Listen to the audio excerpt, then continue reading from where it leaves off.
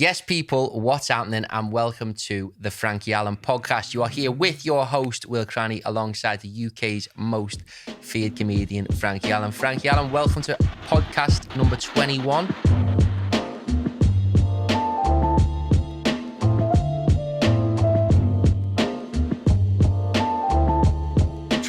Yeah, great. Lucky number for you, innit? Well, I'm into numerology. I study numbers and I study kind of like coincidences and the significance of numbers. And number 21 is a big number in my life. Okay, why? Really is. Well, my mother, when she was a kid, she lived in number 21. 21 seems to follow me around a little bit. Whereas I had a brother who was born on the 21st of January. I got another brother who was born on the 21st of February. I went on Opportunity Knocks. The first time I went on television was on the 21st of March. Okay. So it seems 21st of April was a friend of mine, Big Fred. He's passed away. His missus, Irene, her birthday was 21st of April. It was also 21st of April. I met a girl that years ago I used to live with and stuff. The 21st of May, just the other day, is the birthday of my mate Danny Down and his son. 21st of June is your granddad's birthday. Okay.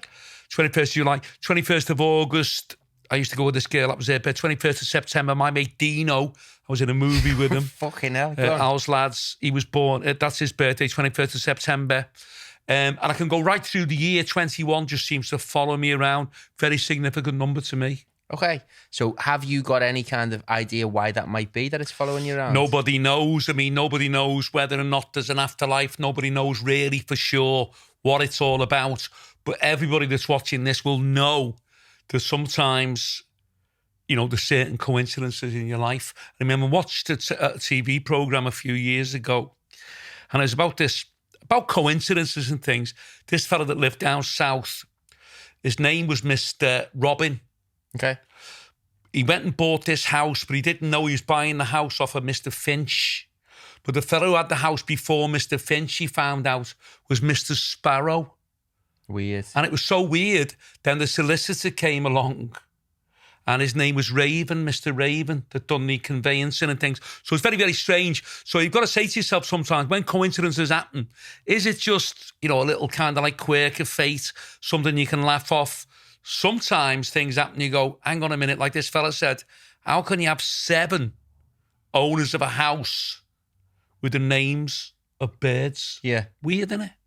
Well, I think that's a good place to start the podcast, to be honest with you, because obviously a lot of people may or may not know that you're quite spiritual in the way that you are.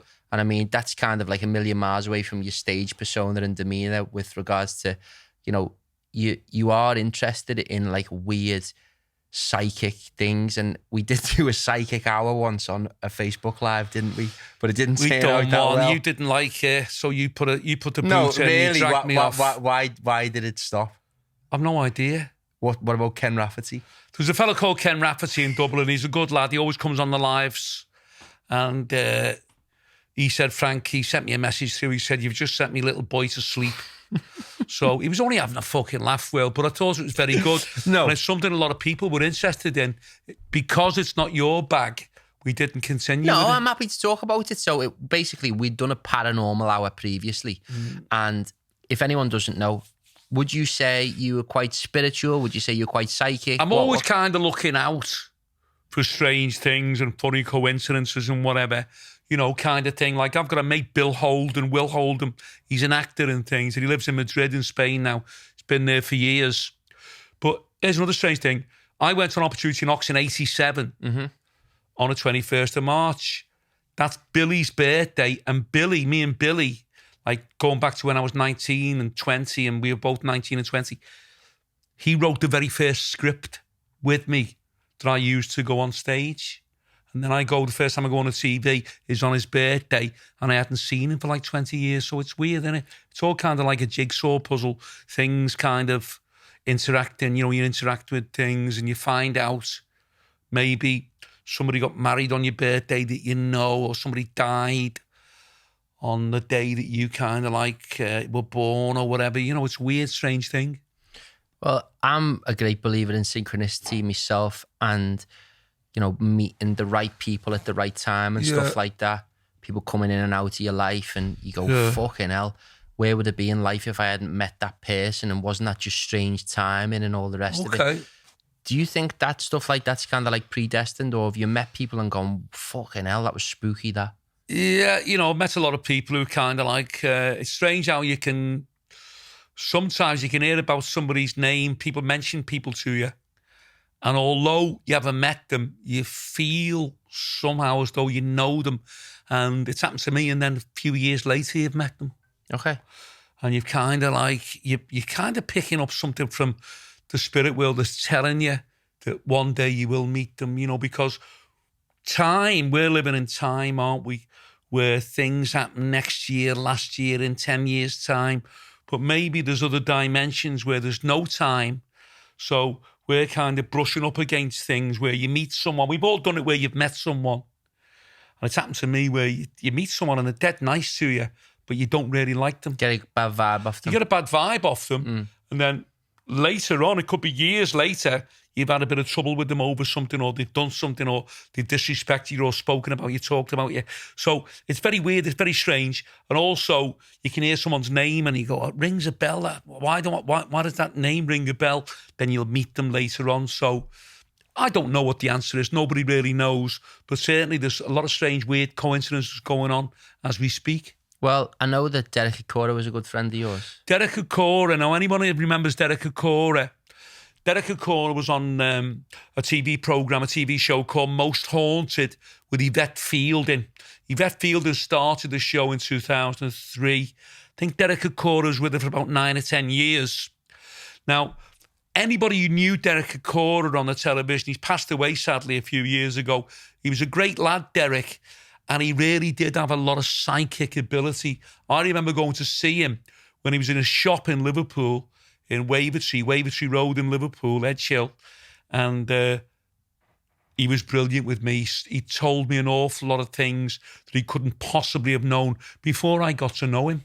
Okay, tell us about that. How long ago was this? Well, you're talking about 25 years ago, something like that, I mean... This is before he's famous, like? Before he was famous, before Derek Acorah was famous, he actually... I don't think he got fired, but he left Most Haunted because he was actually set up by... I'm not sure if it was one of the technicians, but somebody worked for Most Haunted, didn't like him. Okay.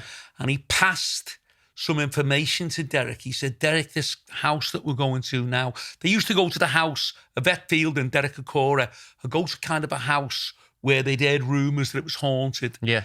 And Yvette Field would try and make contact with the spirit. Then Derek would pick up the names of people who'd lived there. And he was spot on many, many times. But this technician told him something. He said, Derek, you know that this guy used to live, and his name, he was a South African, he used to live here. And he gave the name to Derek Acorah. And Derek Acorah mentioned the fella on live TV. Yeah. Then the fella grassed him up to the papers and everything. And he said, the name I give him is Derek the Faker. Backwards. You are messing. No. So that was the end of Derek Acorah. Just blown sky high. This fella, I mean, he was very psychic, Derek, and I'm going to tell you about that in a minute. You know, how psychic he was and how brilliant he was with me. He had a lot of real ability. But for whatever reason, this fella said to him, Derek, this house that we're going to now, there's a fella called Fred Acorah. Yeah. He lived in this house and he died in this house. So Derek went on and he went, Fred Acorah, I'm getting the name Fred Acorah. Yeah. And then all it was Derek is a faker backwards. Derek the Faker. And then... Because the fella didn't like him. Blown up. So, and then something happened and Derek had to retire from the show. But at one point he was really famous as a psychic, wasn't he? And obviously you've witnessed firsthand him, his psychic powers on you. Is that right? Psychic powers on me. I remember going to see him. This has got to be in 1990. Yeah. And I'd heard about him. 30 years ago, yeah? Yeah, 30 years ago.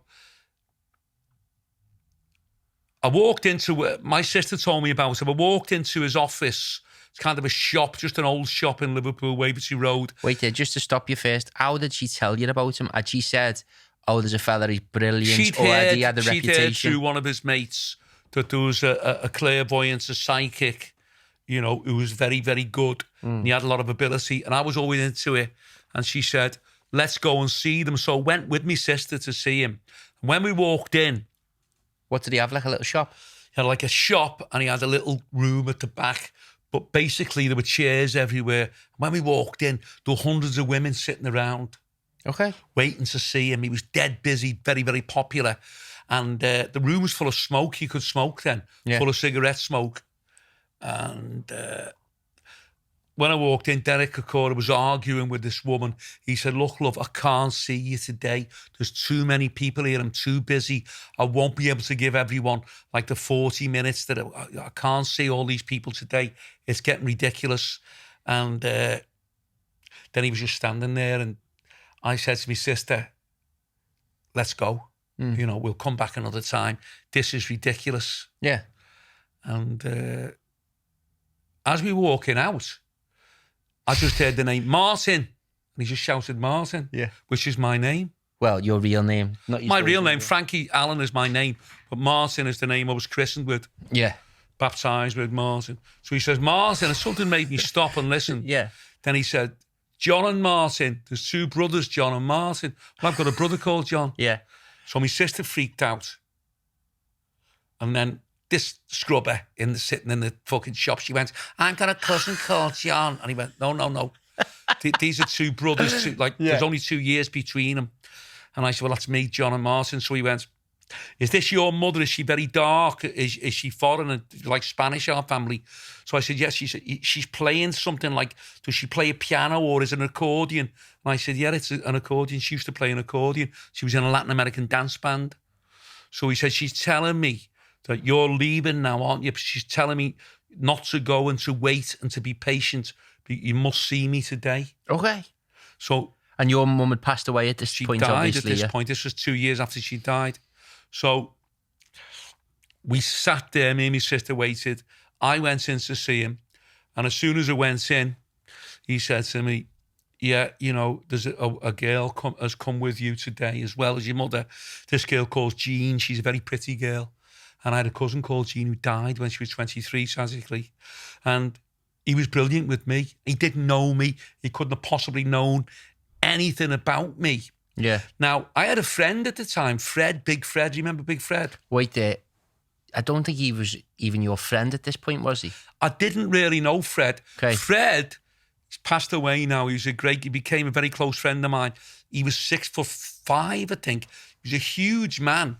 And he was like a coloured fella. I think his dad was from Barbados and his mother was from Liverpool, but he was kind of brought up in South Wales, but he had relatives in Liverpool, so he came to Liverpool. I'd seen him work in the clubs. I'd seen him working, managing clubs, and I'd seen him as a bouncer. He worked on the doors, you know, in Liverpool, and I knew him very vaguely. Sometimes I've seen him in the local cafe, because he lived in Kensington where I lived. He'd just like nod, and I'd nod to him, but I didn't know him. Yeah. So I'm sitting there, so Derek Acorah says to me, right, he says, you're going to be working with this guy very soon. And he's huge. He's one of the biggest fellas you've ever seen. If he came in here today, he'd have to lower his head to get through the door. So he's telling me different things. He said, this guy, his name's Fred. You do know him a little bit. You become a very close friend of his. And he's huge. He's 6'6" or whatever. And if he came in here, he'd have to lower his head to get through the door. He's a huge man. He's a mixed race guy, and he's called Fred. Yeah. So anyway, after his sister had been to see him, he told me sister some things that, nice things, very good things, that personal things she didn't really tell me. And when we got back to my house, we were just sitting there having a coffee. So I said to my sister, Kate, the only thing that he told me that I can't really put my finger on, he said, this big black guy, going to be 6'5" or whatever, going to come into my life, be a very close friend of mine. He's a singer, and he's called Fred, and I don't know anyone who's that big. And then she said, Big Fred. Yeah. So I just went, Big Fred the bouncer? She went, yeah. I said, is he singing? She said, yeah, he sings. He's singing on the karaoke and he sings on the clubs. Yeah. So I said, oh my God. Then the penny dropped. And I thought, well, I don't really know him. Yeah. How well did you know him? Just to let on only to? just to say hello to and just wave to in the street, or if I saw him in the cafe, I'd just give him a thumbs up, but never spoken to him. So she said, well, you'll have to go round to where he lives. He lived in the next street to where I lived. You'll have to go round and tell him that you've been to a psychic, and the psychic had told me, Derek had told me, he had a message for Big Fred. Okay. And he must come and see him. Okay. So I said, Kay, look, said to me, sister, not everyone's crazy nuts like us on psychics and clairvoyance. Yeah. I don't really know him. I could go round to his house and he could say, look, mate, fuck off. Yeah. You're a fucking crank? Yeah, definitely. And I went, she said, you've got to go and see him. She said, how would you like it if someone that you didn't know went to see someone and said, I've got a message for a called Frankie. He's a comedian. Wouldn't you want them to come to your house and tell you? Yeah. I said, okay. Anyway, so the next day I thought, I've got to go round and see him and tell him. So I went round and knocked on his door and he came to the door. He's a huge man. He just had these shorts on. Were you nervous walking around thinking, yeah, fucking I was scared. You know, I didn't know what it. So I said, hi, Fred. And he went, what's up? What's up? Yeah. He thought maybe someone was picking on me or whatever, you know. Yeah. And I said, look, Fred, I don't know how to tell you this. I've been to see this psychic and he mentioned you. Now, little did I know, he was more into psychics and the future and ghosts and weird stuff than I was. Okay. So he looked at me and he was just shocked. And he said, what did he say? He said, do you know a guy, he's a mixed race guy, he's 6'5", he's huge, his name's Fred. I've got an important message for him from the spirit world. And he just screamed. He went, ah! And his missus was called Irene, and he went, Irene! So she ran out. So I came into his house. I was sitting in the front room. His missus would make me tea and sandwiches. I was there all day and all night. Just kept saying to me, tell me right from the beginning, as soon as you walked in, what did he... You didn't tell me that before. Yeah. You didn't tell me you had a black shirt on. Yeah. Start again. Don't miss anything out. He was worse than me. So then Fred went to see him and he told Fred some important things about his career singing, saying that he'd become famous, which he was really. He was very famous up in the northeast of England. He won the Northeast, Newcastle and Sunderland Entertainer of the Year award. I think it was in 93, whatever. But he became a very close friend of mine because of that, yeah. Weird. So we talk about synchronicities in life. If you hadn't been to see Derek Acorah on that day and you hadn't just burst round to Fred's house, you'd never have become friends with him. How friendly did you become with him? Like? Well, I became very friendly with him. We were, we were like brothers in the end. They become very close friend. And it's strange how people kind of like, it's weird how people come in and out of your life. And although Fred died, I didn't know that at the time, as well as Fred being my mate, he was a friend of another friend of mine, Jimmy Price. You're joking. When Jimmy Price's daughter was born, Fred came along to the hospital and brought flowers and champagne and whatever. Jimmy Price knew Fred very well, but I didn't know. It's weird how you know somebody. They know someone, but you don't really become aware of the fact that they're friends with someone else, and they kind of come into your life years later. Yeah. I've become a very close friend of Jimmy Price's now. So he's always took Fred's place, and he was a friend of Fred's at the time, and I didn't know. So it's all kind of like jigsaw puzzle, isn't it? It's very weird the way things kind of, what's the word?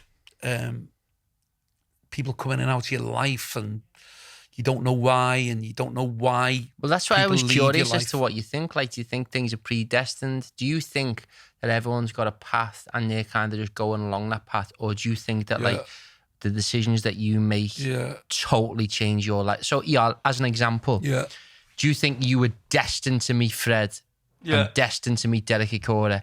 Or do you think, you know, if that day you hadn't have been to see Derek Acorah, then Fred just would never have been in your life? I never used to, but I'm beginning to think that everything is predestined. Okay.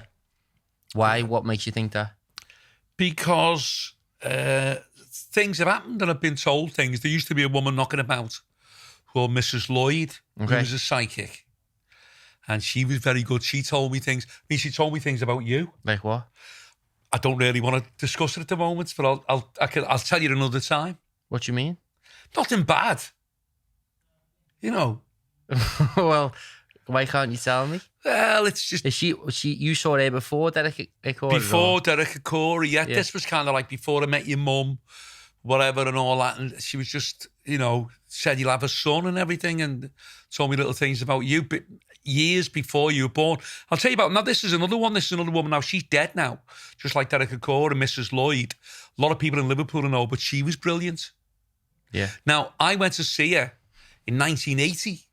Now, seriously though, do you think these type of people, I mean, there'll be a lot of people who are skeptical probably in the comments saying, Frankie, fucking hell, these people are full of shit and all that. Like, do you think these people have got a real gift? Like, genuinely? Yeah, there's a lot of charlatans, there's a lot of phonies, a lot of false people in the business of foretelling the future, just like there are in comedy. I mean, I know people on the television.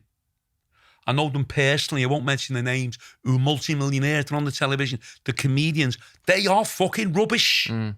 There's fellas sweeping the streets today. There's fellas standing in a pub in the middle of like Birmingham or whatever, in the corner and having a little drink, who's 100 times funnier. It's just that they've been in the right place at the right time and they've just bluffed their way through. Yeah, but that's interesting because that ties into predestiny as well. Like, as though, like, you know, was that predestined for them? Well, anyway, I don't want to go off on a tangent. Tell me about Mrs. Lloyd. Yeah, Mrs. Lloyd, she was... she went to my aunt's house one lunchtime. I was working in this place in Liverpool, this fucking plate factory making plates and all that stuff. Anyway, worked in this place. Went to see Mrs. Lloyd in my dinner hour. My mother was there and whatever. And I had an uncle, my Uncle John. And he died of a brain tumour. Now, I always thought he died in hospital. Yeah. Went to see him in hospital. Thought he died in hospital. But as soon as I went in,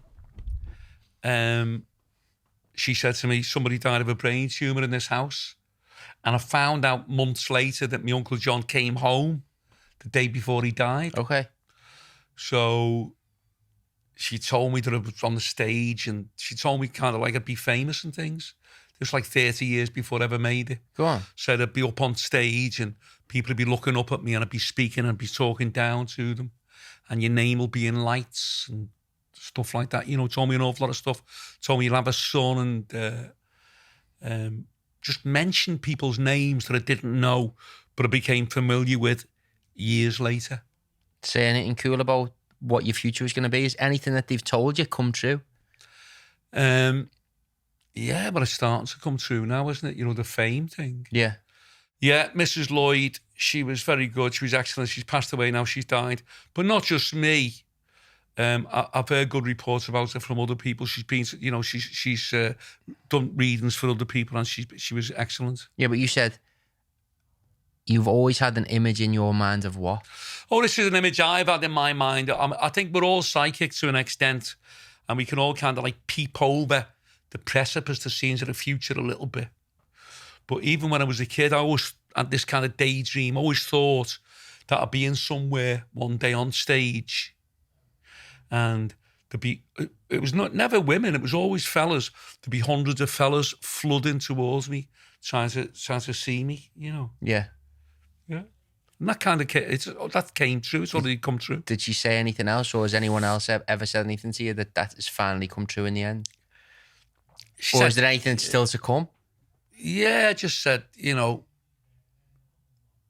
something that hasn't come true, really, that she said to me was through the comedy and through working on the stage and things, I'd make an awful lot of money, which hasn't come true up to now. Will though. But and she said to me, you'll make so much money that your son, she said, will inherit your money.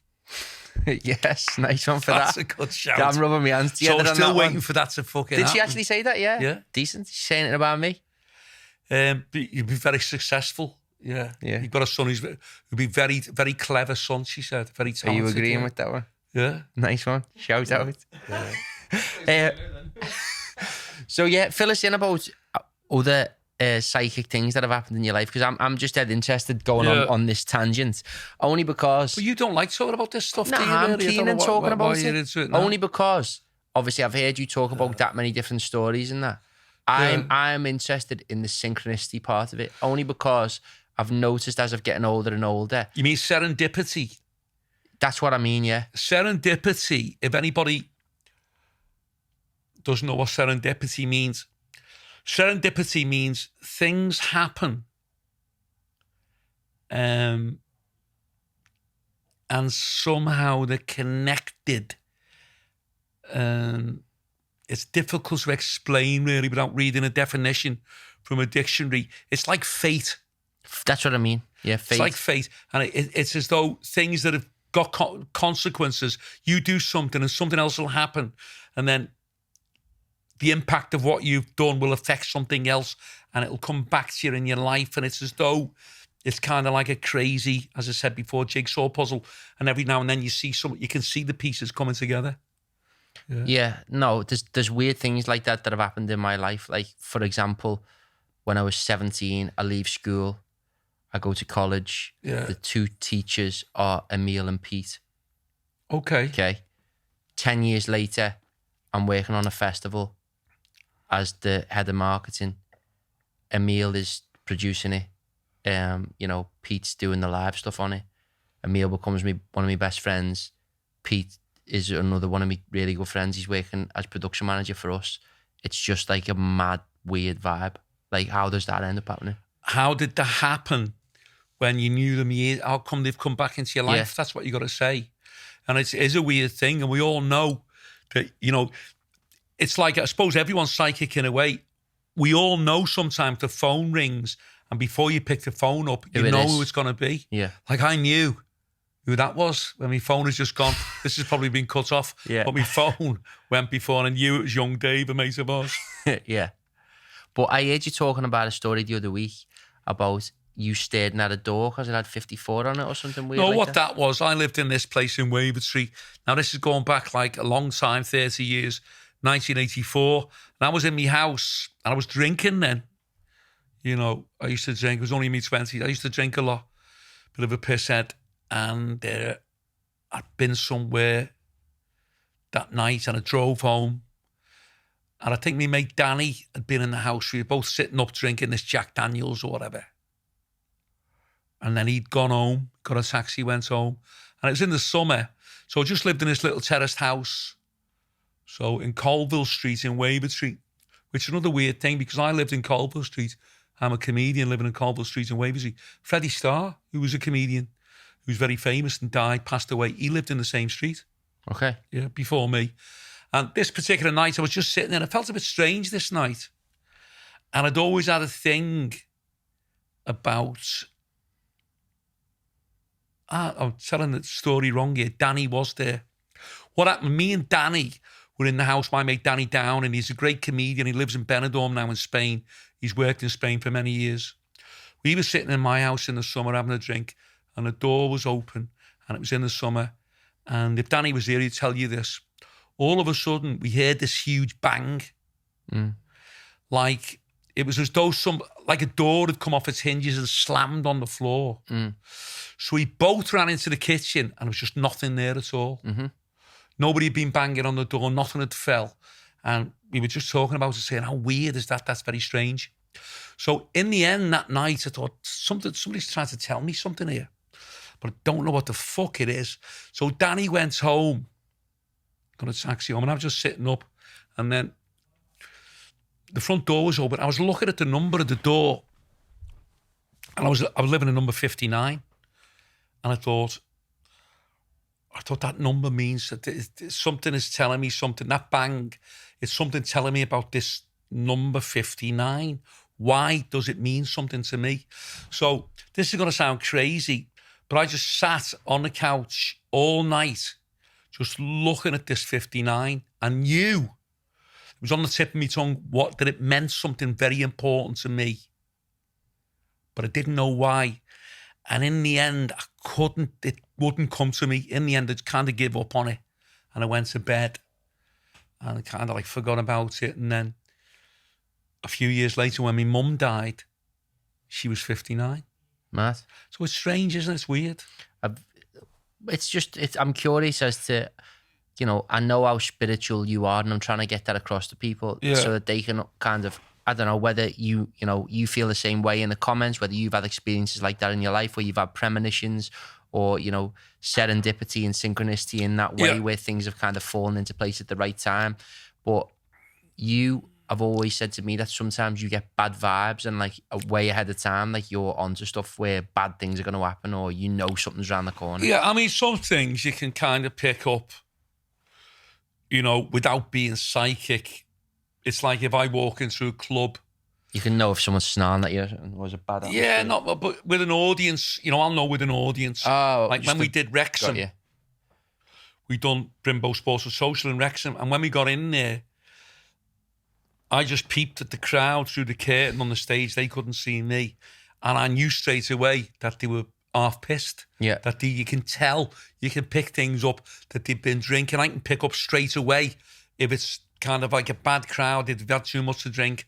Or I can also pick up if it's a cold crowd, I'm going to have to work hard to get the laughs. Yeah. So you can pick up, and you can pick up things as well, kind of, you get feelings about things, obviously, can't you? But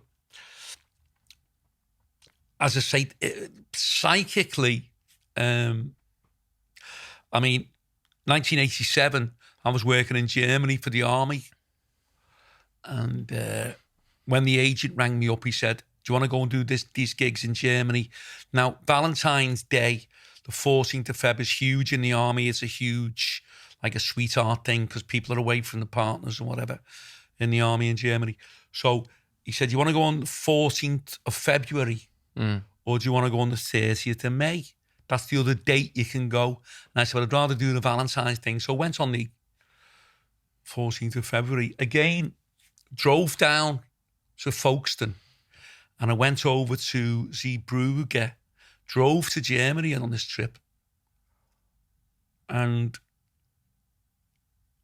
got to the harbour at Folkestone, and the ship that it was sailing on was the Herald of Free Enterprise. And that was the ship that sank on the 30th of May. You are messing. No. The same ship. It's the same ship. I had the opportunity to go on the 14th of February or the 30th of May. I chose to go on the 14th of February. Now, this is something I've never really spoken to before, so this is the first. Never really spoken about, in case anyone does think I'm a crank. Yeah. So... But you're happy to look like a crank today. Well, I don't mind. I'll tell people this is so. Isn't it weird that sometimes you're on your own kind of thing? I drove up, I'm in this car park, and it was nighttime. And it was about, when I got there, it was about 4 or 5 in the morning. So I had to just sit in the car for a couple of hours before I could drive onto the ship. Yeah. So I was sitting there on my own. There was no one else around. The ship, because it was nighttime, was all kind of like in the dark, really. You could see it. There were no lights on the ship. There was no one on the dock area. You could hear a pin drop. It was very, very quiet. So I'm just sitting there in my car, which I've done hundreds of times, waiting outside clubs for clubs to open. I'm just sitting in the car. It was about 4 in the morning, 4:30, kind of twilight, a little bit dark. And I just looked up and I could see the ship. And on the side of the ship, it said, the Herald of Free Enterprise. That was the name of the ship. And as I'm looking at it, the name started glowing. Glowing to me. It started getting bright. And it was going bright and it was going dark. And it was kind of like as though it was a little bit of a neon sign. And I felt very uncomfortable, very uneasy, and a bit scared. I felt very frightened, and I didn't know why. Anyway, it stopped, but it was glowing. Got on the ship, didn't think anything about it. And when I drove into the car bay where you park your car, the carport, hundreds of these cars, as it sailed away, they had this like a drawbridge that you see on a castle, came down and everyone drove up it. But as we drove, as the ship sailed away, going from Folkestone to Zeebrugge, they didn't lift the gate up. The huge chains were holding it, and it was actually touching the water. I remember getting out my car and looking at it and going, fucking hell. They'd have to be careful. How come the waves don't come in and sink the ship? That's what happened on the 30th of May. Go on. They set sail with the drawbridge kind of thing down, touching the water. It was a bit of a rough sea that day, and a few waves come in, started getting a little bit of water in, more water came in, more water started building up, and all of a sudden, the whole of the... Why would they have the drawbridge down? It's just so weird. Well, I'm not sure what happened. I think there were criminal charges to get about it, weren't there? But they used to sail away. I mean, I'll be a witness, and I sailed away to Zeebrugge on Valentine's Day with the thing down. And as everybody knows, or a lot of people won't know, it was a long time ago, the water rushed in. The ship actually turned over in the English Channel because it was close to Zeebrugge, close to Belgium, when it landed on its side in the harbour. Otherwise, a lot more people would have drowned. But a lot of people drowned, hundreds of people drowned. Fucking hell. Yeah. English people? English people, yeah. It's heavy, that. Yeah. I don't even know anything about it. Was it before I was born? Yeah, it was in 87, 4 years before you were born. Yeah. Was it a big deal, like, in the British press? It was huge, all over the news and everything, and they were blaming the captain, trying to blame people on what had happened. But what I'm saying is, it's weird that happened like 2 months later after I'd been on it. I could have been on the one that sunk. I had the opportunity to and turned it down, went on Valentine's Day. But also, it was strange that I was sitting there on my own and the name of the ship was glowing. There were two ships. There was the Spirit of Free Enterprise, sister ships, and the Herald of Free Enterprise. It was the Herald of Free Enterprise that went down, but that was the one that I sailed on. And I always remember, it always kind of haunts me, really, because I'm not a good traveller, as you know. I can't fly in anything. And when I got on the ship, I went to see the purser, and I said, "Can I have a cabin, please? I'll pay for a cabin." And he said, "Go down the stairs, and there's like these little cabins where there's beds and you can sleep." So I thought it was like a 4-hour journey. I'll sleep, while we're crossing the channel, because I felt a bit seasick. And when I went down there, the young lad who was in charge of all the bunks and everything was a Scouser. Okay. A fella from Breck Road, Anfield, and I got talking to him, and I didn't even go in. I was drinking then. He had these bottles of beer, and we just sat there talking for hours. Okay. And he's just typical Scouser. He didn't give a fuck. And I said, "How much are the cabins?" He went, "Say whatever you want." Yeah, fair enough. He just didn't care. Yeah. And he went, "Do you want something to eat?" And he just opened his fridge and all that. And then I felt a bit better. And later on, I went up to the kitchens. And the girl behind the counter said, "Oh, our chef's from Liverpool, a lad from Kirby." And he came out and was talking to him. And it always I always think, I wonder if they died, Yeah. Mad that, like. I met the young kid, the lad who was in charge of the cabins. And he, Scouser, and I was having a drink with him. And I wonder if he's okay, if he survived. And the chef and the people in the... on the ship, the so people. It ties in nicely to what we were talking about at the start of the conversation, which is, and the reason I was talking about this was because I was watching a TikTok video last night. Now, I'll often when I go to sleep, I mean, you'd like it, to be fair, TikTok. It's got you like weird stuff, don't you? So you just flick through and it's just all random videos of all kinds. And this fella came on and he said, "I find the maddest thing in life that like one decision affects every single other thing in life whatsoever." Okay. He's like, so for example, I could try to walk out this room, think, "Oh no, I need to go to the toilet," go for a wee, right? And that 1 minute that I spent going for a wee meant that like I didn't crash my car or something, or like, something mad like that. Is that what your synchronicity? That's what I'm talking about, yeah. Basically what he was saying was, the name of it, he said, imagine, and this was a viral video, like he said, like, for example, he said, if I go out and think, "Oh, I need to have a shave before I go to the shop." Yeah. He goes, but like a fella come down and like shot everyone in the shop. And then I get to the shop late and I'm the only person who survived. Isn't that just crazy the way like things like that happen? It's called the butterfly effect. Oh, the butterfly effect. Yeah, I've heard of that. Yeah, where a butterfly flaps its wings somewhere and then it affects things right round the world. That's mad. It is. It's very, very strange. But I mean, I'm a great believer in fate. I think I'm beginning to believe that predestination, it's called, that your whole life is mapped out for you and you can't change it. I believe the opposite, me, you know. Really? I think that, much like we were talking about the butterfly effect, I think weird synchronicity things happen, and I actually think people are drawn to each other based on energy.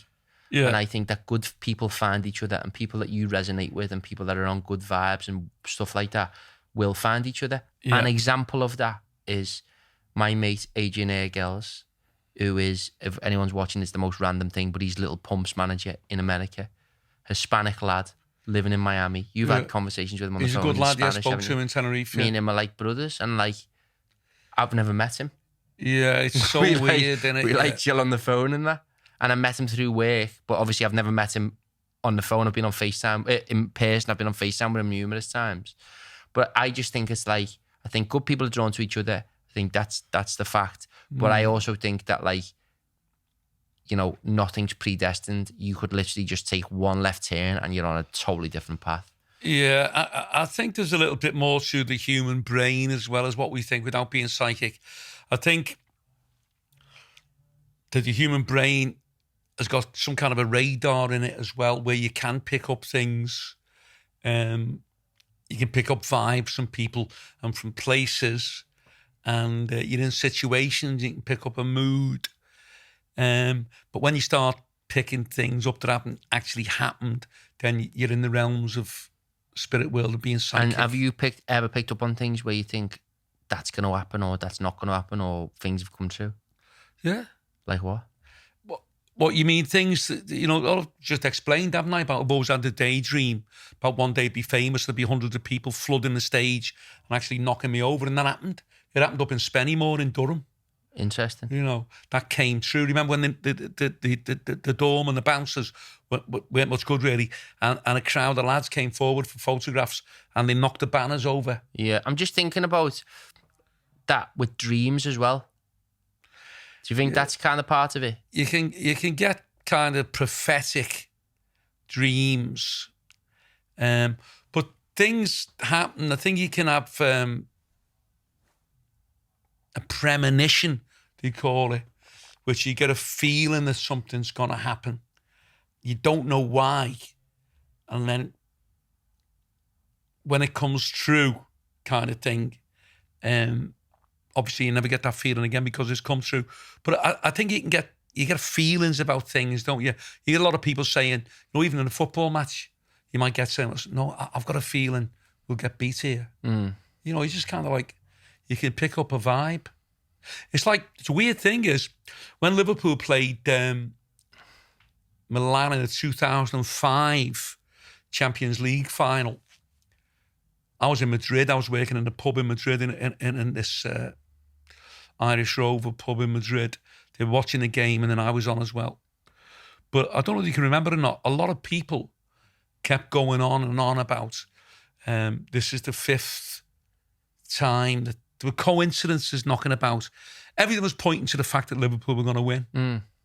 Saying that the last time they won, they've won it 5 times, and I can't even remember, but a lot of people out there will know that there's about 9 or 10 things, and those are texts going round saying Liverpool will win because they played in red and the last time they went to Madrid and all this business. Semi-final, so all mad stuff like that. It was all kind of... Winning goal in the semi-final, all kinds of madness.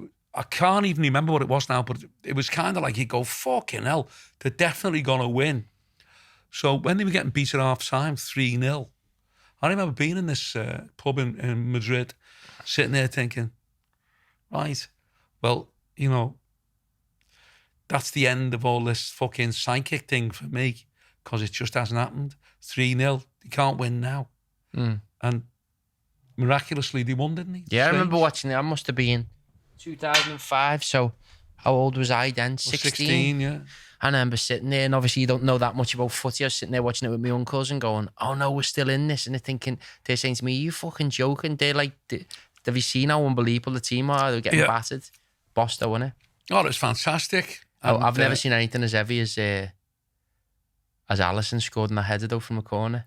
Well, that was incredible. Any Liverpool fans out there, it's weird, isn't it? Because Liverpool season kind of hinged, became not a successful season, but they managed to get into the Champions League because of the goalie scoring a header, which was totally incredible, totally unbelievable in the last few seconds of a game. I mean, it's like Rocky, isn't it? Like a Rocky movie. You couldn't have written the script. On the other hand, Man United had a lot of bad luck, lost the Europa League final, really, because of their goalie. It's weird, isn't it? Mad. Very interesting. And you've just said, just during the break, I hope this hasn't been too heavy for people. I hope people have enjoyed this podcast, because obviously we keep it bright and easy, and I hate the way people go, you're supposed to be a comedian, this is supposed to be funny. At the end of the day, the reason why we do these podcasts is free and easy, so people can just chill out, listen to them. I think people get fed up of us talking about comedy all the time and shows. And I mean, you always get the same fucking questions, don't you? Have you ever been filled in? People say, I've been filled in a couple of times, been stabbed. I've had to work in some of the roughest places in the UK. But I can work anywhere in the country. I will work. But what I'm saying is, I can work and I'll go down great. What we're saying is that's covering old ground, really. So we just thought to just talk about things that are interesting. I mean, I'll tell you another little story as well, which happened to me. I had a cousin called Dave, and he died tragically of cancer, Dave. And he ran a security firm. And he had a fella living with him when I got kind of like to know him. It must got to be like 30 years ago. I was still working on the clubs, done a bit of work on the clubs, but wasn't making much money. So he said to me, why don't you come and work for my firm as a security guard? I said, okay. So it's working with him, what you call a static guard, anyone who's done security work out there. What that means is I was on this building site, like a construction site. All I did all day was sit in this hut from 4 o'clock in the afternoon till 1 o'clock in the morning. Used to go patrolling around the building site, make sure nobody was pinching things, pinching wood. Worked in this factory in Skelmersdale, where kind of like a watchman, really, just sitting in this office, sitting there all night. No one else was in there. I had to go and patrol around this massive cosmetics factory, just walking around it all night with a torch, shining in the offices, making sure no one was trying to break in. So I did that for quite a while. And then I wasn't driver at the time, and cousin Dave, he had this fella living with him. I won't say his name, but he was originally from Southampton down there. But he comes to Liverpool, and he seemed like a nice guy. And he was sleeping on our Dave's couch, and then he got him in his bedroom. And I thought, well, why is that fella living in Liverpool? Never really. But he was an awful nice fella. And then one night I was working on this building site in Newtonley Willows, St. Helens. And our Dave said to me, look, I'm going to transfer you from Newtonley Willows to this place in Southport. And Jerry, I mentioned his name, Jerry's going to pick you up in his car. He'll take you along there. He was this guy from Southampton. I used to get on okay with him. So he picked me up and we were driving. We were actually driving through the countryside, right across West Lancashire, really. It was very dark, very eerie. It was in the winter. He was driving. I was just a passenger. And as he was driving, I started to get a bit scared of him for some reason. Became quite afraid. And something came to me, said to me, Frankie, what would you do if this fella tried to strangle you right now? How would you defend yourself? How would you get out of this situation? So much so, the feeling was that strong. I thought, what I'd do if he tried to strangle me, I'd pull the handbrake up and let the car spin round, then jump out the car and run away, because he was a lot bigger than me. He was a fucking hell of a size, this fella. And I felt very afraid all the way to the other site when we got to Southport. Stayed there. Anyway, I didn't really see the guy again. And started getting a bit more work on the clubs. So I left the security work. I didn't do it. So I saw our Dave, you know, he came to one of my shows and he went, fucking hell, he said, you hear about what happened to Jerry? Mm. And I thought straight away, I knew then, I thought, I'm going to be told now something weird about that guy. Because I remember being scared that night. I said, what happened? He said, well, we were doing a security on this army base. Believe it or not, some of these army bases have private security around the outside. Yeah. He said Jerry was working on it as a guard. And a fella climbed over a fence one night. Jerry caught him. Police came, the fella was arrested.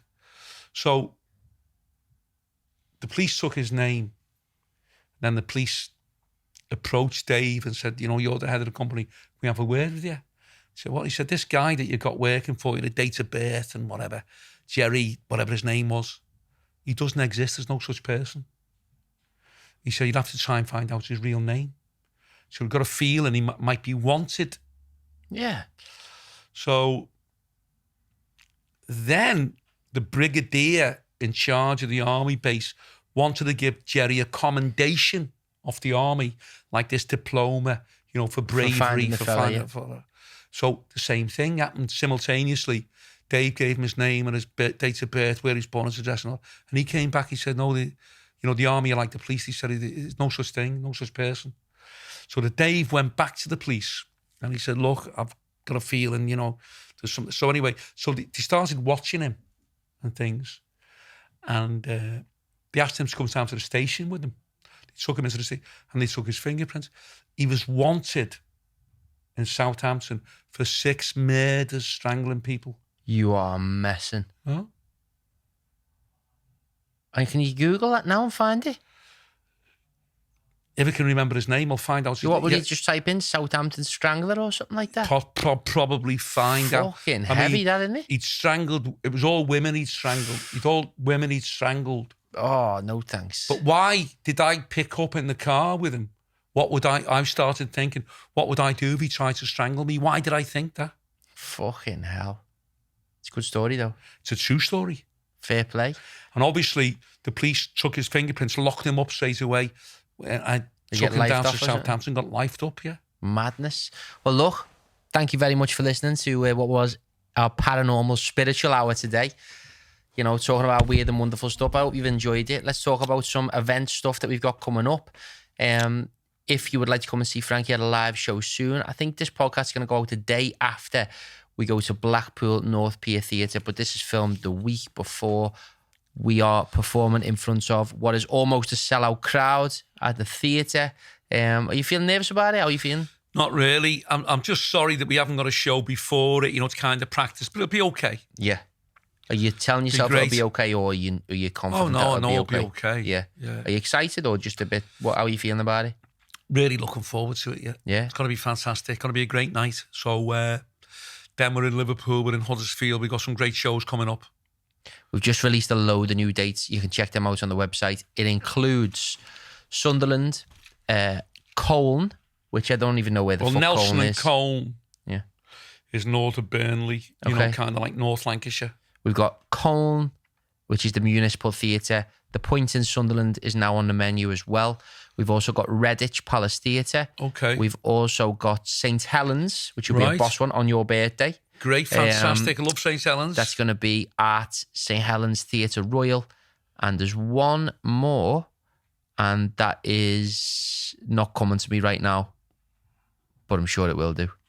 But yeah, all the tickets are available online. You can go to frankieallen.co.uk or go to skiddle.com, type in Frankie Allen. All the tickets will be on there. And yeah, we're back on the road very, very soon. So the next time we record this podcast, it will be just before we're about to go on stage. Actually, we won't have done a show by then, but maybe we'll be very nervous, looking forward eagerly to seeing everyone at a live show. Well, I hope everyone's enjoyed this kind of like very different slant on a podcast talking about psychic things. But I don't tell lies. Everything I've told you today is perfectly true. Do you think people will be into it, or do you think people will think it's too heavy?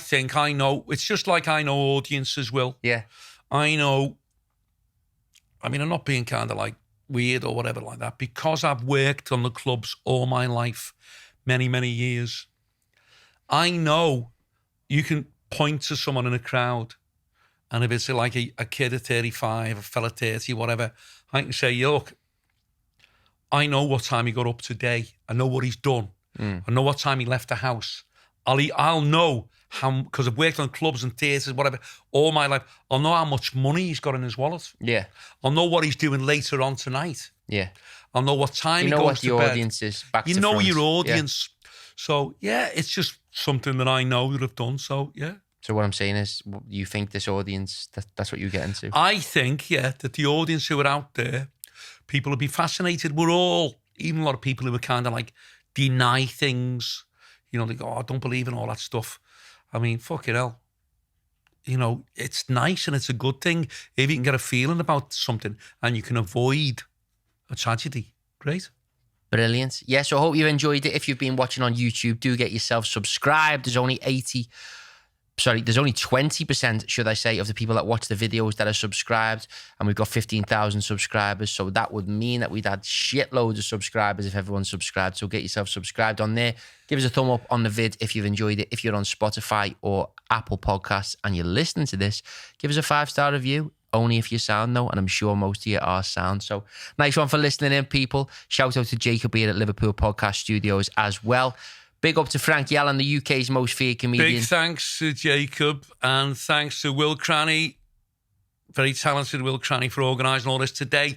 And thanks for his brilliant questions. Nice one. So I'm looking forward to getting the Frankie Allen inheritance when all this money comes in. Don't know where it's coming from, but we'll see. And nice one to that. Is that happening soon, do you reckon? I hope so. Right. Peace out, people. Enjoy your week in a bit.